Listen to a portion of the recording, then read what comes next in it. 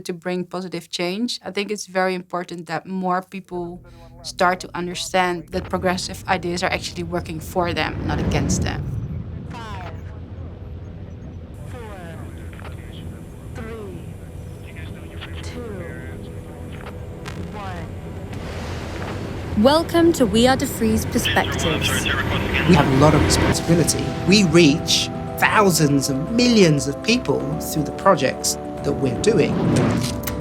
We are a creative agency maximizing the positive impact on businesses, society, and our planet. So if you currently look at all communication marketing campaigns, it's not always representing society. Radical change needs to happen now. Otherwise, brands and companies are going to get left behind. You know, if you're a marketing manager, if you're in a senior position, you're an opportunity maker. So how can you redistribute those opportunities in an interesting way? Every week, founder Mitchell talks to visionaries and changemakers who are shaking up the status quo. We create content for every living soul on this planet. Get ready to be launched into a new perspective.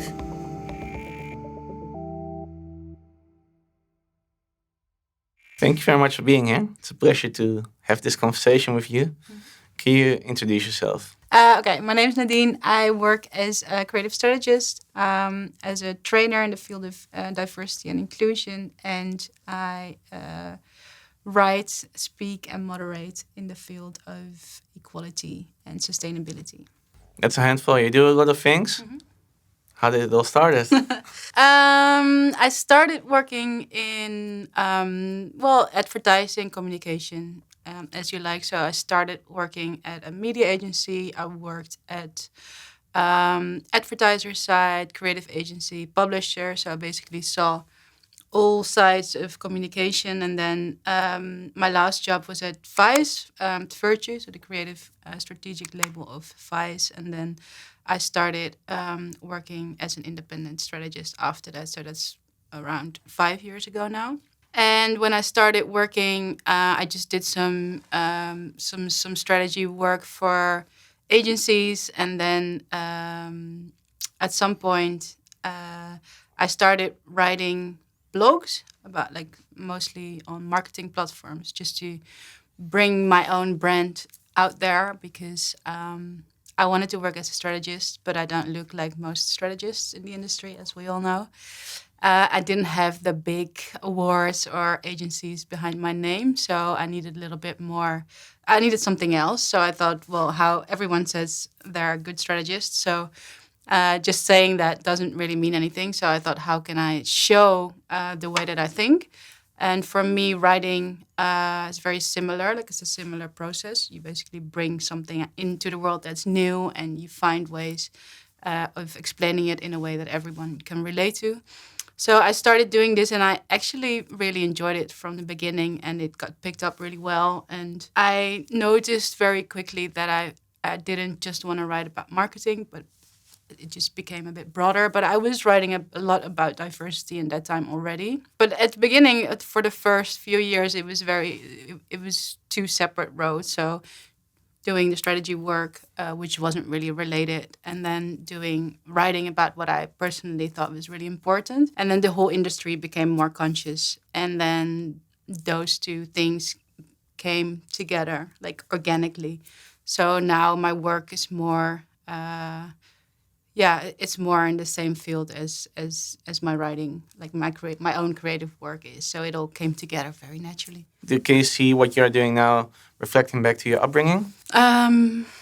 No, not really. No, I mean, I'm from a diverse, like, a mixed cultural background. So of course that means something. That just means that I always say that means that you're born with an inclusive mind, because there's no group that you belong to. So there's no place you can go. So my dad is Indonesian, and he's quite dark-skinned. My mom's German. She's very blonde. Whenever I'm with my dad, people say, like, oh, you look a lot like your dad. And when I'm with my mom still, now it's 2020, people say, how is that your mom?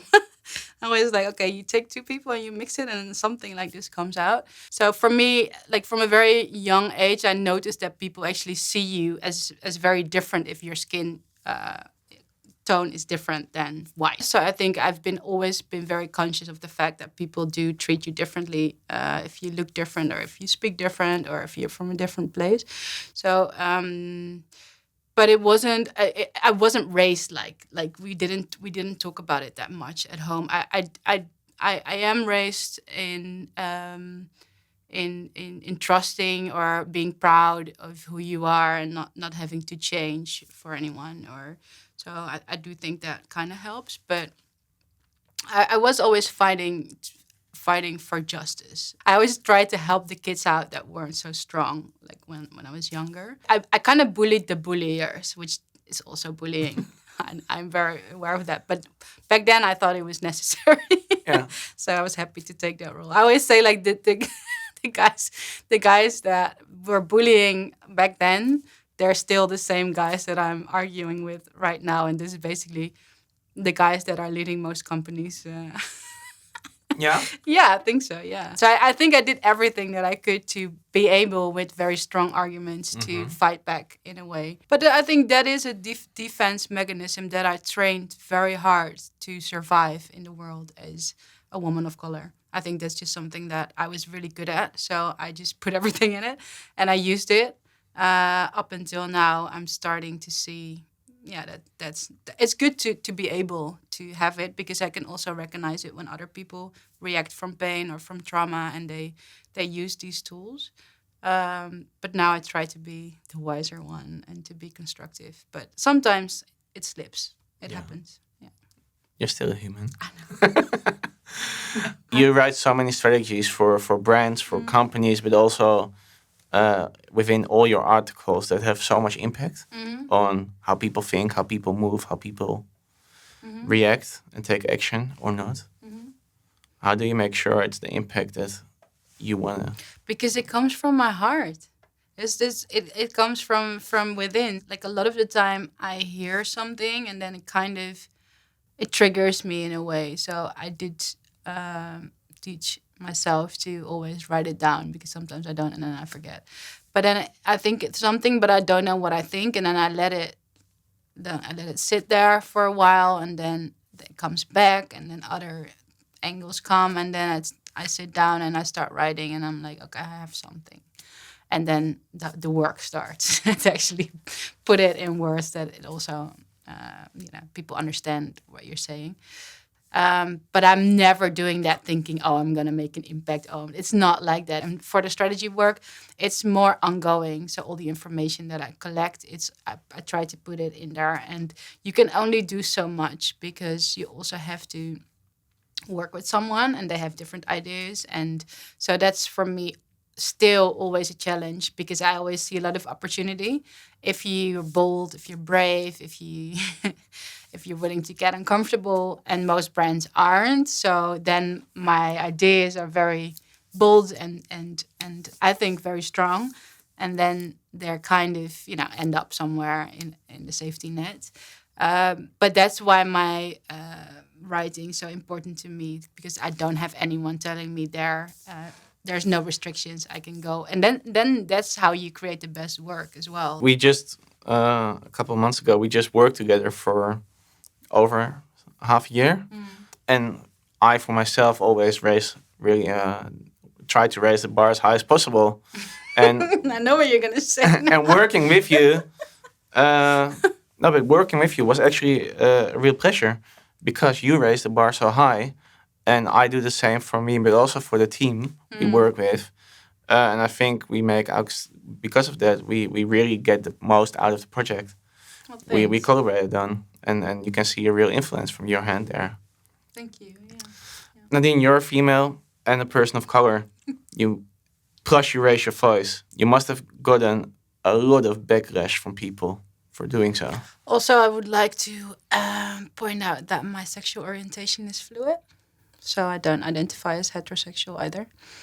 Heteronormative, I would say. Backlash. Yeah, I mean, I have to say, because the intensity of the hate that Black women specifically, or Muslim women specifically, get is like the hate or the backlash that I get is nothing compared to what they get. So I think that's very important to stress.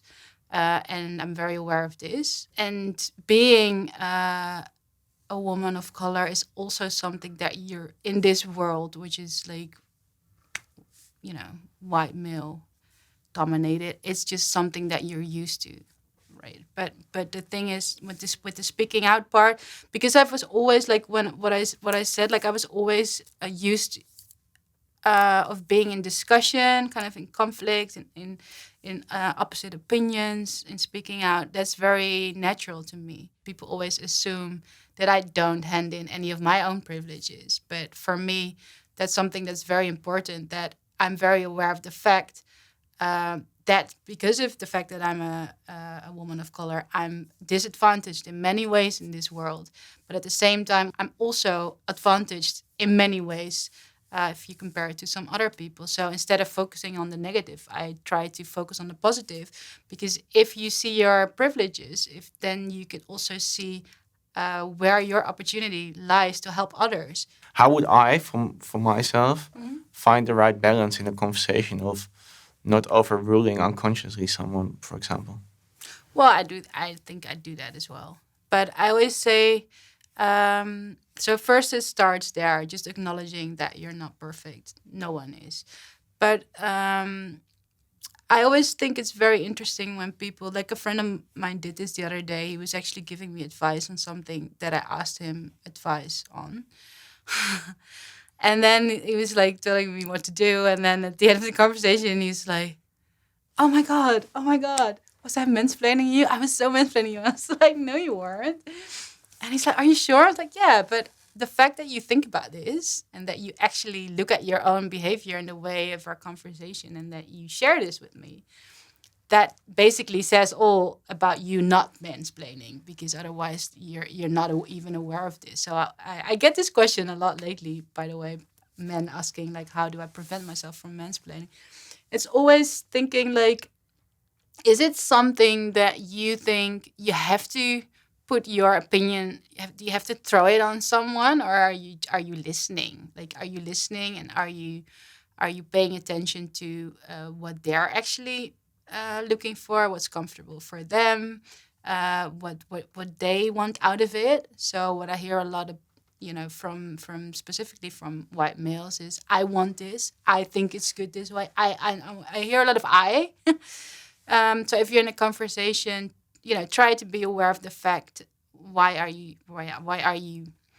it's a very dominant thing to put yourself out there in the world. If you compare it to push and pull, it's very pushing, like I'm here, and like how the masculine style is like, I want to be the director of this company, or I want to be the president, or whereas the pull, which is more the feminine way of doing things, is more it's inviting and asking and being open and being interested.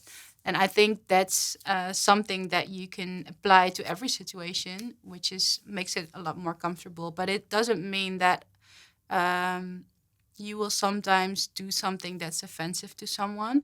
What's your dream? Like, what I would really want, and this is something that I'm working on as well, like I personally believe that to bring us forward as a society, to bring positive change, I think it's very important that more people start to understand that progressive ideas are actually working for them and not against them. So to put it that way, in Holland, there's too many people who vote against their own benefit.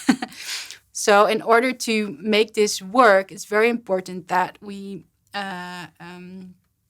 like the whole neoliberal capitalist thinking is ingrained within our system. So the more progressive thinking is all about morality, like still now. So we need to find ways to make it, to do actually the same thing. So to make sure it gets ingrained into systems. And I think what's needed is that we have people inside of those systems making change, but also people outside of these systems. So my dream is that we find each other.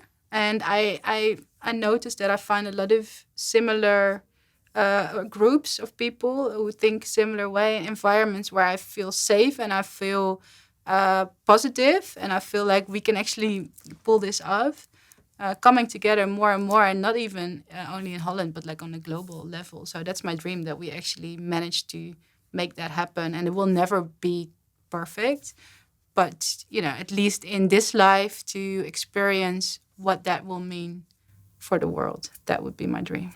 Well, Nadine, thank you very much. Well, thank you. Thank you for being on board. Thank you for having me. And hope to see you soon. Yes. All the best. Same to you.